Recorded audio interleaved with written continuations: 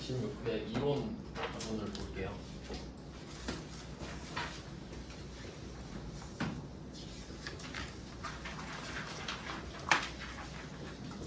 어, 15문제인데요. 지금 여러분 상황에서는 한 5문제 정도 풀면 아주 괜찮은 거라고 생각이 듭니다. 왜냐하면 이제 해보시면서 아시겠지만 실무만 다 입력하는데도 1시간이 좀 빠듯해요. 현실적으로 좀 부족하기 때문에 그걸 인정하고 이제 좀 가성비 있게 하는 거죠. 지금은 그냥 최대한 할 수 있는 만큼 해볼게요. 자, 이론이 15개 있는데 그 배점이 어떻게 되냐면 2점이고 15개인데 재무회계가 8문제 나오고요. 그러니까 여러분이 풀 수 있는 건 좀 이 정도? 여기서 한 4-5문제 풀면 아주 좋은 겁니다. 그리고 원가 회계 이거는 아예 배우질 않았죠. 이건 4문제인가? 참고로 그 원가는 제가 이론 그 강의로 따로 뺐어요. 그 회계 1급이랑 세무 2급이랑 공통이거든요. 그래서 이론으로 뺐으니까 혹시 듣고 싶으시면 그거 따로 들으시면 됩니다. 세무 2급에서 찍어놨거든요. 재생 목록 이론이라고 따로 있어요. 원가 회계. 근데 그럴 여유는 좀 없어 보이네요. 나중에 이제 여유 되시면 보시면 되겠고, 그 다음에 나머지가 부가가치세 3문제인데 아주 쉬운 것만 좀 다뤄볼게요. 그러니까 원가는 지금 톡이고 이거 합쳐서 한 5문제를 목표로 한번 풀어보자. 쉬운 거 위주로만 알려드리겠습니다. 그러면 1번 한번 볼까요? 근데 지금도 좀 답답하실 텐데 1번 문제 보면 좀 짜증나죠? 시험장 가면 더 막 답답해 보이거든요. 근데 이건 좀 풀만한 문제라서 알려드릴게요. 일단 답 체크하겠습니다. 2번 체크하시고 1번의 답이 2번이거든요. 이거는 되게 쉬운 편입니다. 지금 2번이 답인데 2번이 손익계산서 써있고 1번이 재무상태표잖아요. 이건 좀 외워두세요. 잘 나오니까. 재무상태표는 제가 맨날 그 BS라고 쓰는 거예요. 밸런스 시트입니다. 이 재무상태표는 뭘 알 수 있냐면 자산, 부채, 자본을 알 수 있잖아요. 그럼 이걸 만드는 이유가 뭐냐면 12월 31일에 자산, 부채, 자본이 얼마 있는지 알려. 그래서 12월 31일. 근데 이거를 일정 시점이라고 말을 하는 거예요. 일정 시점. 12월 31일을 말을 하겠죠. 근데 아까 장부 조회 해보셔서 아시겠지만 월 말도 조회할 수 있었거든요. 일정 시점에 재무 상태를 알 수 있어요. 그러니까 재무 상태. 이거는 정말 쉬운데, 근데 이걸 너무 쉬우니까 얘를 잘 안 내고 그 밑에 있는 손익계산서 얘를 잘 낸단 말이에요. 손익계산서는 IS, 인컴 스테이트먼트고요.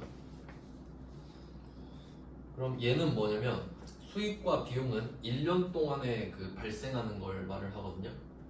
그래서 얘는 일정 기간이 나옵니다.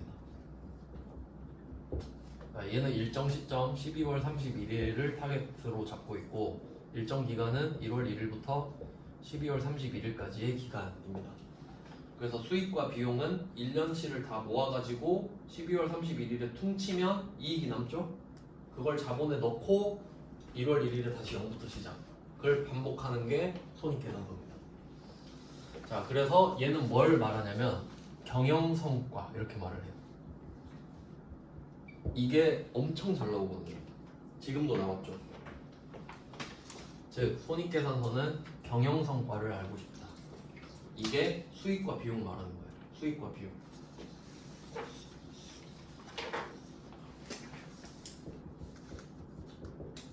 자, 그럼 이걸 알고 있으면 문제를 풀 수 있는가?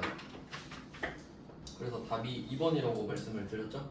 그럼 손익계산서에서 뭐가 틀렸냐? 경영성과는 맞죠? 근데 일정 시점이 아니잖아요. 이 정도는 바로 주워 먹을 수 있는 거예요. 이거 진짜 잘 냅니다. 손익계산서는 일정 기간, 1번의 재무상태표는 일정 시점 맞죠? 네, 읽어보시면 되겠고, 그 다음에 3번, 4번 이거 나온 김에 좀 말씀드리면 1번이 재무상태표고 2번이 손익계산서, 3번이 현금흐름표, 4번이 자본변동표. 이거 좀 덜 중요한 애들인데 현금흐름표 그리고 자본변동표. 참고로 나왔으니까 좀 설명드리면 우리 회계가 발생주의 쓰거든요. 그래서 아까 그 이자 수익도 6개월만 잘라서 계산하는 거 보셨죠? 6개월 동안 발생한 이자를 찾는 거거든요. 근데 회계가 너무 이제 발생주의로 가다 보니까 어떨 때 보면은 현금이 알고 싶을 때가 있단 말이에요. 그래서 현금 물음표가 있는 거고, 얘는 현금주의입니다. 그러니까 원래 회계는 발생주의인데 너무 발생주의로 가면 위험해 버리거든요. 예를 들면 내가 제품 매출을 1조를 했어요. 근데 외상을 준 거예요. 그럼 돈은 못 받았죠. 근데 수익은 1조가 잡혀버리잖아요. 그럼 그거 너무 위험하지 않냐? 그럼 현금 물음표도 같이 가요. 근데 돈이 안 들어왔어. 그럼 이거 사기 아니냐? 이렇게 좀 찾아낼 수 있거든요. 그래서 얘는 현금주의를 쓴다까지 나온 적이 있습니다. 문제에서. 맞힐 수 있겠죠? 얘만 현금주의 쓰거든요. 나머지는 발생주의고. 그리고 자본 변동표는 그냥 읽어보면 그냥 맞는 말이에요. 그냥 뭐 자본 크기 변동 어쩌고 저쩌고 하겠구나. 자본 변동표니까 자세한 내용을 물어보진 않습니다. 그리고 이 표가 4개가 있고 그 표에 대해서 설명해주는 그 밑에 주석을 다는 게 있어요. 그래서 실제로 재무제표 보면은 표는 별로 안 되는데 주석이 엄청 많거든요. 왜냐면 설명해주는 글이 많아야 되잖아요. 그래서 이 5개를 재무제표라고 합니다. 이것도 시험에 나올 수 있겠죠. 재무제표 중에 틀린 것은 뭐 이렇게. 그러니까 주석은 표는 아니지만 재무제표에 포함한다 이렇게 말을 하고 있거든요. 그래서 처음에 실수 많이 하는 게 재무제표랑 재무상태표랑 헷갈리면 안 돼요. 제자 있죠. 제가 여러 가지란 뜻이거든요. 그러니까 재무를 보여주는 여러 가지 표니까 여기 다 들어가는 거예요. 근데 재무상태표는 그 중에 하나. 네, 그래서 1번은 이렇게 좀 뜯어봤어요. 1번 꼭 맞히셔야 되고요. 이거는 맞히셔야 되는 문제. 그 다음에 2번. 이것도 맞춰야 됩니다. 좀 짧아 보이죠? 이거 우리 잘 아는 거잖아요. 단기매매증권. 단기매매증권 취득 시 발생한 비용. 이거 아까 풀었죠? 900번 비용 아시죠? 900번 비용이네. 근데 이거를 취득원가에 가산할 경우죠. 그럼 이 말은 뭐냐면 단기매매증권 수수료가 900번 수수료 비용이잖아요. 비용 처리를 해야 맞아요. 이걸 해야 되는데 이걸 안 하고 안 했대. 그리고 이걸 단기매매증권으로 회계 처리를 해버린 거죠. 매도가능증권처럼.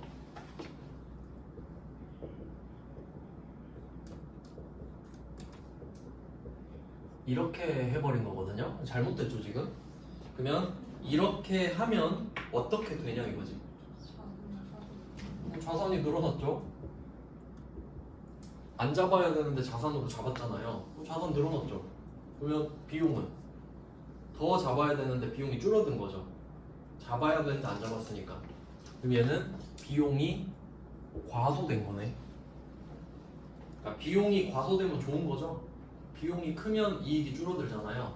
근데 비용이 작아지면 이익이 커지지. 뭐 그런 개념인데. 자, 그러면 비용이 작아지면 이익이 커진다 그랬죠. 자, 이익이 커지면 자본에 넣고 끝난다 그랬죠. 이익을. 그럼 자본이 커지겠지.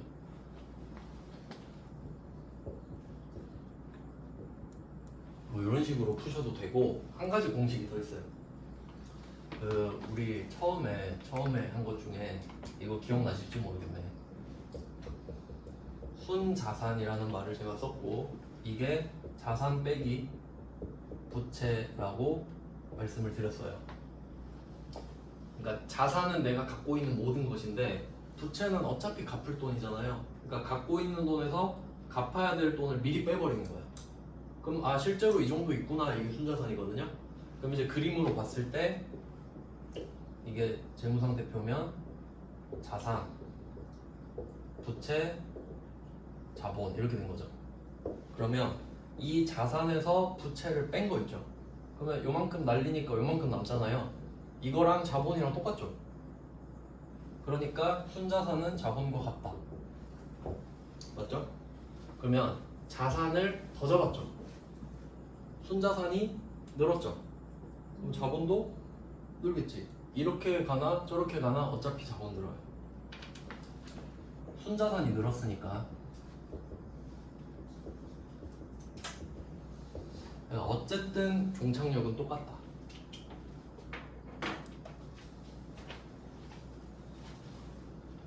네, 그러면 답이 뭐 자본 과대 없죠. 지금 보니까 자본 과대 없고 부채는 전혀 고려 대상이 아닙니다. 자산도 과대돼야 되죠. 그럼 답이 4번 아닌가요? 이익이 커지잖아요. 이익이. 요거 물어보고 있네.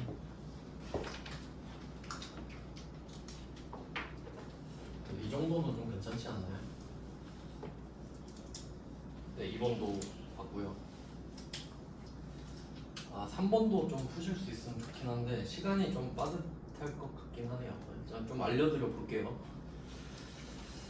이거는 유형자산 처분을 그냥 말로 낸 건데 그 붕괴할 줄 아시면 당연히 이것도 할 수 있을 것 같아요. 그럼 얘는 23년 1월 1일에 샀어요. 근데 6월 30일에 처분했죠.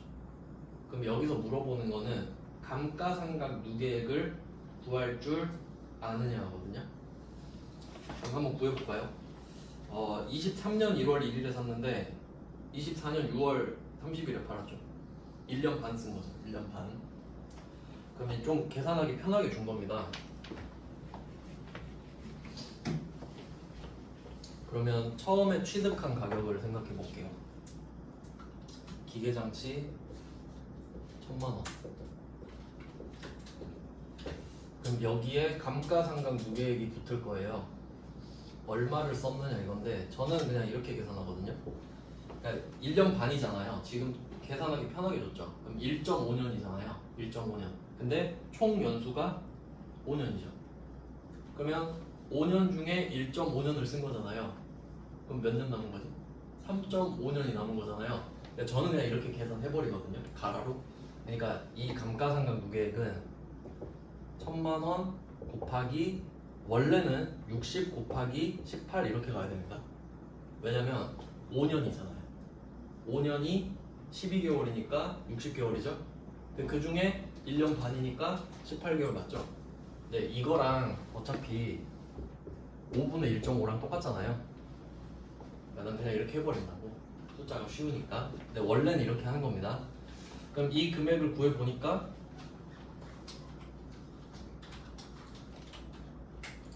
암산 안 되네. 150인가요? 아니야. 계산기를 두드려야죠. 곱하기 1.5 나누기 5 하니까 300이네. 300.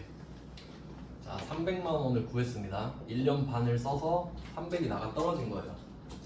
그럼 아까 그 장부조회 할 때도 한번 설명드렸는데 이거 차감 계정을 빼고 난 후의 금액이 장부 금액이란 말이에요. 그럼 얘는 700이 되는 거죠. 지금 결국 이거 물어보는 것 같은데 잔존 가치를 고려 안 했다. 죄송합니다. 이거 잔존 가치를 못 봤네. 그러면 잔존 가치를 빼고 구해야 돼요. 죄송해요. 금액을 고치겠습니다. 잔존 가치는 내가 5년을 쓰고 나서 100만 원이 남을 거라고 생각하는 금액이거든요. 그러니까 이 100만 원은 건드리면 안 돼요. 이 100만 원은 무조건 남아 있어야 되기 때문에. 그래서 빼고 시작을 해버리는 겁니다. 그러면 900만 원 곱하기 1.5 나누기 5 270이네요. 네, 이렇게 나와요. 그러면 얘는 730만 원이 되겠네요. 고친 후의 금액이에요. 빨간색이. 자, 이렇게 730이 나왔단 말이에요. 그러면 내가 생각하기에는 730만 원이 남아있는데 얘를 400에 팔았죠. 처분가 400. 그럼 딱 이걸로 끝납니다. 처분 가액. 그러면 730짜리를 400에 팔았으니까 330만 원 손해본 거잖아요. 네, 그래서 330만 원 손실입니다. 손실 금액 구하는 거죠 지금. 그냥 뭐 구조는 이렇습니다. 그러니까 감가상각 할 줄 아냐 이건데 할 줄 아시면 하시고 모르겠으면 넘어가시고 4번 이거 좀 괜찮네요. 4번 푸실 수 있을 문제네요. 현금 및 현금성 자산이랑 단기 금융상품을 구해라. 현금이랑 비슷한 거 찾는 겁니다. 일단 현금 시제액은 당연히 맞죠. 현금이니까. 당좌예금도 맞죠. 아까 말씀드렸죠. 현금, 당좌예금, 보통예금 3개를 합쳐서 현금 및 현금성 자산으로 조회하는 거 했었어요. 그러면 당연히 당좌예금도 들어가고요. 네, 그 다음은 단기 금융상품인데, 그러니까 좀 이걸 어떻게 생각을 해야 되냐면 범위를 우리가 처음에 이제 유동자산을 배웠고요. 이걸 당좌자산이랑 재고자산으로 나눴어요. 이건 기억나시죠? 네, 이 당좌자산 중에 단기매매증권이 있었단 말이에요. 근데 그 단기매매증권이 단기금융상품이에요. 그러니까 그냥 빨리 돈 되는 거 있죠. 적당히 그냥 빨리 돈 되는 느낌. 왜냐면 내년까지는 돈이 될 것 같다 이런 거니까. 근데 이 안에 현금 및 현금성 자산이 또 있어요.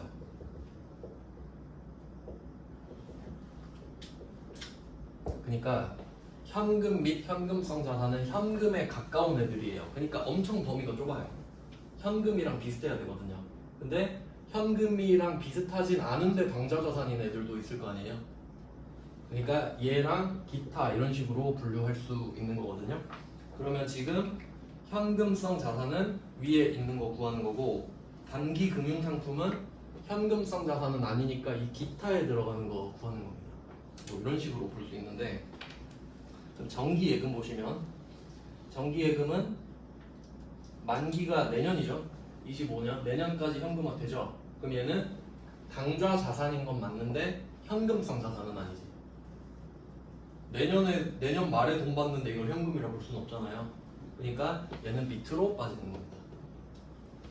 그러니까 정기예금은 단기 금융상품으로 빠진다 이거예요.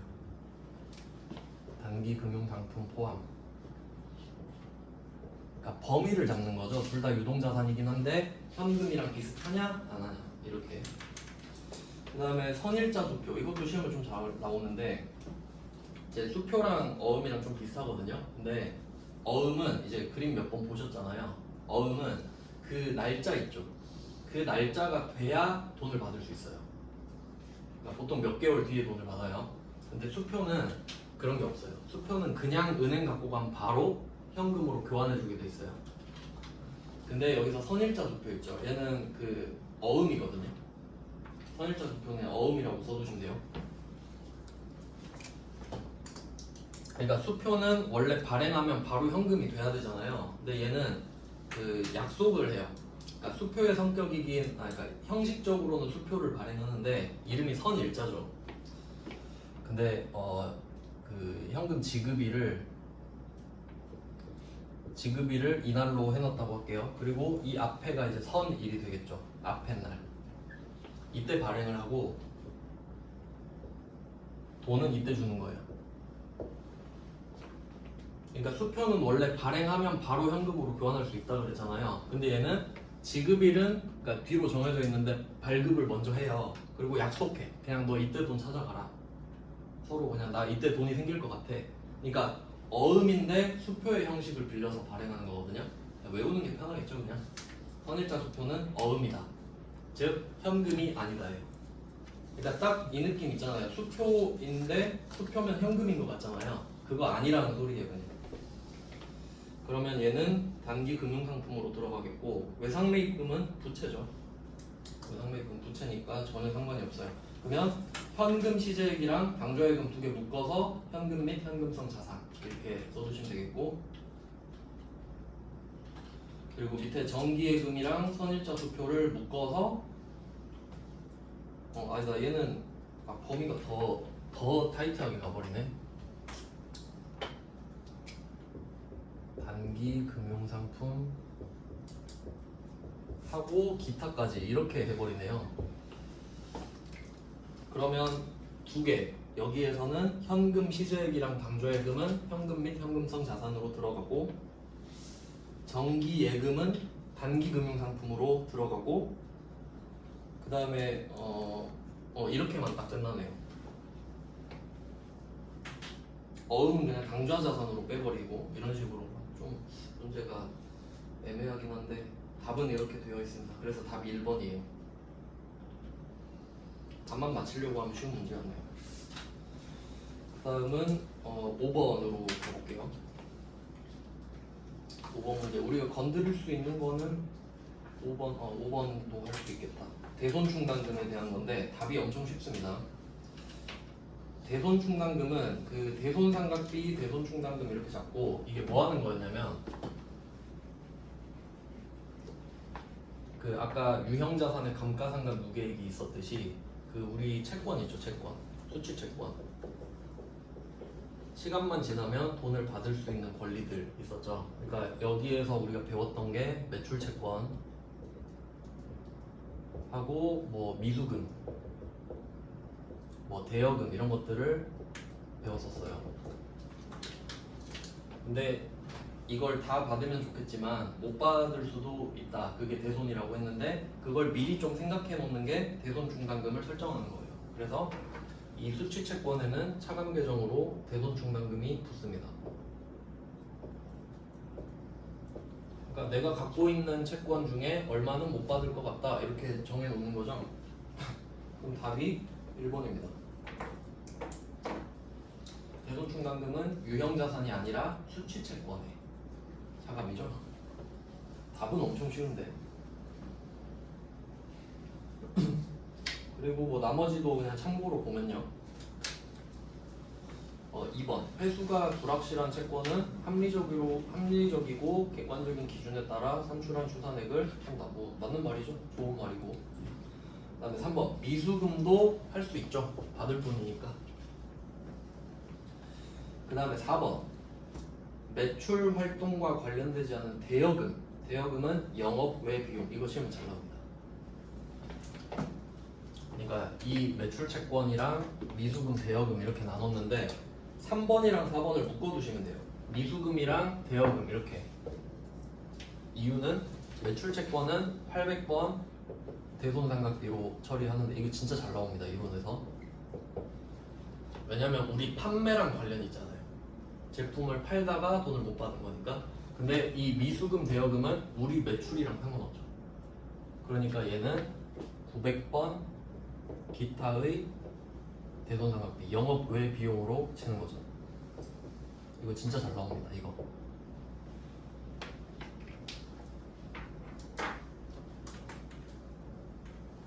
뭐 여러 가지 바리에이션이 나올 수 있는데 뭐 이런 문제도 있었어요.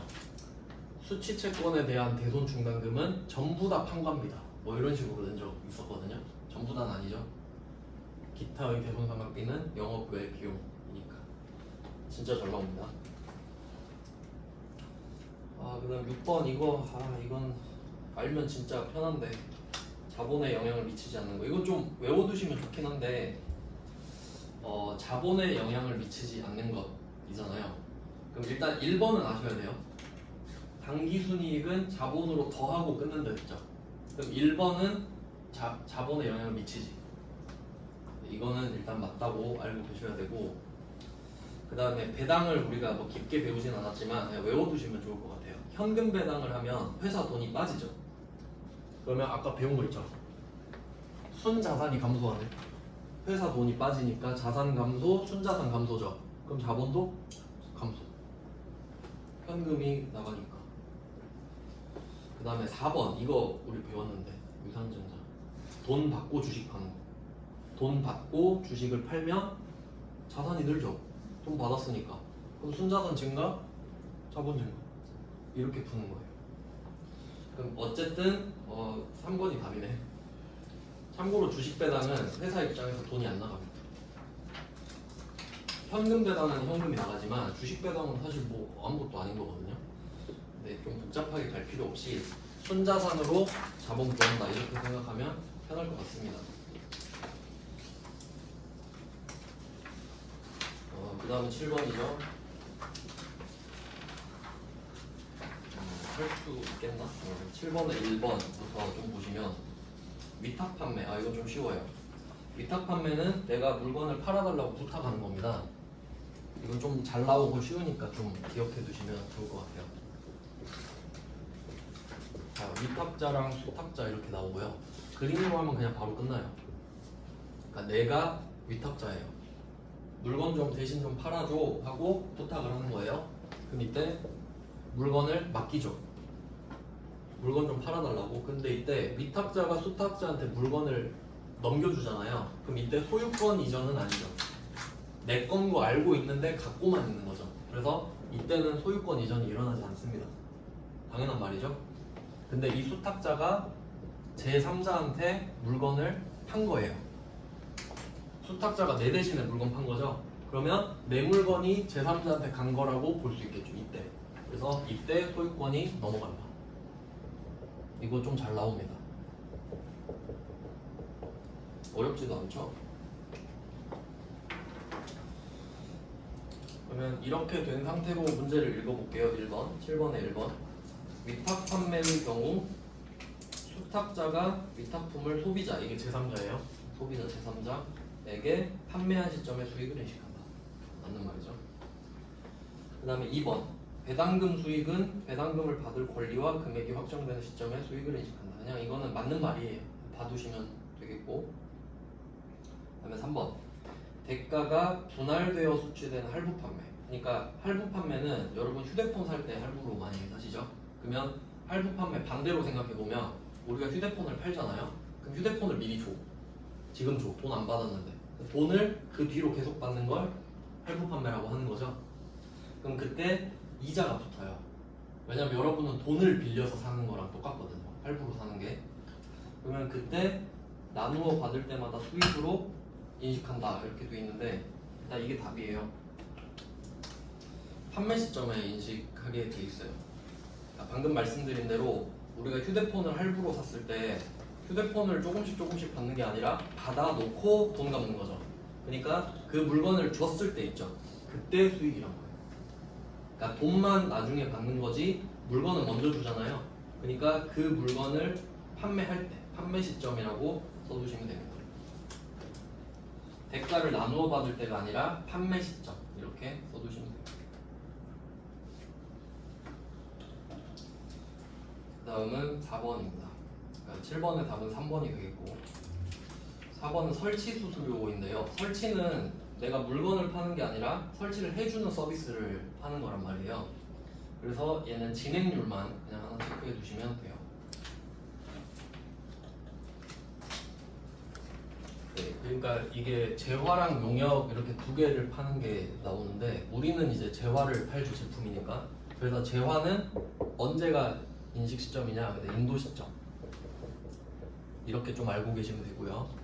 그다음에 용역 같은 경우는 용역은 내가 뭘 주는 게 아니잖아요. 해주는 거거든요. 그러니까 얘는 기본적으로 진행률을 따져서 계산을 하는 게 원칙입니다. 참고로 이 정도만 알고 계세요. 너무 깊게는 말고. 운 좋으면 맞출 수 있죠. 이 정도 알아놓고. 그 다음은 8번입니다. 8번 재고자산에 대한 설명인데 이거 맞출 수 있네요. 여러분 알고 있는 겁니다. 8번의 답 2번이거든요. 왜 틀렸는지 한번 볼게요. 8번에 2번 취득 원가에 매입 부대 비용은 포함되지 않는다? 포함하죠. 유일한 예외가 하나 있었어요. 단기 매매 증권 취득 수수료는 900번 수수료 비용으로 유일한 예외. 근데 지금 재고자산 이야기하죠. 그럼 재고자산은 단기 매매 증권이 아니니까 원칙대로 취득 원가를 더해야죠. 이 정도 맞힐 수 있죠. 8번에 1번 뭐 당연한 말이고 생산 과정에 사용하거나 판매를 목적으로 보유하고 있고요. 그 다음에 3번 8번에 3번 기말 평가 방법에 따라 기말 재고자산 금액이 다를 수 있다. 그냥 뭐 그렇구나 라고 생각할게요. 깊게 굳이 하진 않고. 그 다음에 4번 이건 아셔야죠. 수입 시 발생한 관세는 취득원가의 가산. 이거 문제 풀어본 적도 있는데 그러니까 2번이랑 4번이랑 같은 말이죠. 그 다음에 90, 11, 12는 원가라서 이거는 좀 아예 건드릴 수가 없고요. 뒤에 부가가치세 뭐 풀 수 있나 좀 볼까요? 13, 14, 15인데 13 부가가치세법상 납세 의무자네요. 이거 한마디로 줄이면 부가가치세법상 납세 의무자는 과세사업자입니다. 면세사업자는 의무가 없죠. 과세사업자를 지금 이야기하는 거예요. 이거 답은 좀 쉽네. 2번이 답이거든요. 2번이 영세율을 적용받는 사업자는 납세 의무자에 해당하지 않는다. 해당합니다. 과세사업자가 수출하면 영세율 적용받죠. 그럼 과세사업자가 영세율 적용받는 거거든요. 근데 납세 의무자가 아니라고. 납세 의무자죠. 그래서 2번이 틀렸고, 나머지도 한번 봐볼게요. 13번에 1번은 이것도 좀 잘 나오거든요. 좀 봐놓을게요. 사업의 영리 목적 여부에 관계없이, 이것 좀 밑줄 쳐놓을게요. 사업의 영리 목적 여부에 관계없이, 이거 잘 나옵니다. 그러니까 여기에 예시로 하나 적어놓을게요. 예시로 우체국 택배, 제가 말씀드린 적 있거든요. 13번에 1번에다가 우체국 택배를 써놓으세요. 이거 기억나면 맞출 수 있어요. 제가 뭘로 설명해 드렸었냐면 우체국 택배에 부가가치세가 붙어있다고 했거든요. 근데 그 이유가 CJ 대한통운이 부가가치세 붙이라고 한 거예요. 왜냐면 우체국이 국가가 운영한다고 해서 부가세 빼버리면 우체국 택배가 싸지죠.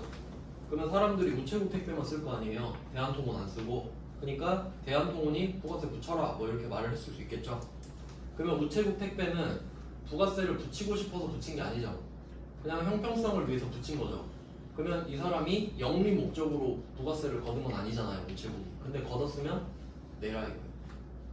그 말이 영리 목적 여부에 관계없이 걷었으면 내세요 이겁니다. 그러니까 이거랑 응용돼서 이렇게 나와요. 정부도 부가가치세법상 납세 의무자가 될 수 있다. 맞는 말입니다. 걷었으면 내라 이거니까. 조금 이제 심화로 가면 그렇게 되고요. 네, 그 다음에 3번 간이과세자도 납세 의무자고 맞죠? 일반이랑 간이 이렇게 나눠지니까. 그 다음에 4번 이것도 중요한데 재화를 수입하는 자 이거 표시할까요? 자, 재화를 수입하는 자. 왜냐면 물건을 파는 사람은 사업자죠. 사업자. 물건을 팔 때는 사업자만 부가세 떼거든요. 그러니까 여러분은 당근마켓에 물건 팔아도 부가세 누가 내라 안 그러죠. 사업자가 아니니까. 근데 물건을 수입하면 사업자가 아니어도 부가세를 내야 돼. 여러분 직구하면 부가세 내야 되죠. 그게 수입하는 자라고. 그냥 뭐 이렇게 알아두시면 되겠고. 14번은 좀 복잡하고요. 15번만 보고 끝내겠습니다. 15번은 전자세금계산서인데요. 전자만 좀 표시해 두시고. 우리는 좀 간단하게만 볼게요. 우리가 법인인데 법인은 세금계산서를 전자세금계산서로 발급해야 돼요. 그러니까 종이 말고 전자로 따줘야 돼요. 그래야 전산상에 남으니까 탈세하기가 어렵거든요. 전자로 기록이 남아버리니까. 종이는 탈세 위험이 있단 말이에요. 그래서 법인은 너 돈 어느 정도 벌 것 같으니까 전자로 세금계산서 발급해. 그럼 이때 이 세금계산서는 공급받는 자한테 가는 거예요. 그러니까 나한테 공급받는 자 있죠. 그럼 내가 그 사람한테 물건도 주고 세금계산서도 주면 되잖아요. 근데 국세청장도 이걸 원하는 거야. 너 물건 팔았다며 그거 기록 나한테 하나 보내줘. 이게 지금 말하는 발급 명세입니다. 그러니까 이 전자세금계산서를 발급을 하면 바로 따라오는 게 발급 명세. 이 발급한 내용을 나한테도 보내줘 이 말이거든요. 발급 명세는 국세청장한테 주는 겁니다. 그러니까 물건 산 사람한테 안에 보내주고 그 내역을 국세청장한테 보고하는 거지. 저 물건 팔았어요. 자, 그럼 그걸 언제까지 하냐 이 말이거든요. 1번입니다. 그러니까 사실 같은 날에 그냥 해버려요. 이메일 그냥 까딱까딱 하면 되는 거거든요. 보내주고. 근데 25일은 그거였지. 그 신고 납부, 부가가치세 신고 납부. 그래서 뭐 요 정도 보시면 그래도 한 4-5문제 맞힐 수 있지 않겠어요? 시간 있으면. 근데 절대 이론을 먼저 푸시면 안 돼요. 일단은 그 전표부터. 이제 시간 남으면 이론 보시는 거지. 그리고 전자계산서, 전자세금계산서 바로 다음 날에 다 해가지고 아 그러니까 내일 다음 날까지가 기한이고 원래는 그냥 같은 날에 바로 쏴버려요. 굳이 기다렸다 보낼 필요 없잖아요. 근데 늦어도 내일까지는 해라. 형식적으로 정해놓은 거예요 기한을. 근데 내일은 기출문제 2개를 목표로 해볼 겁니다. 기출만 계속 풀게요. 고생하셨습니다. 수고하셨습니다.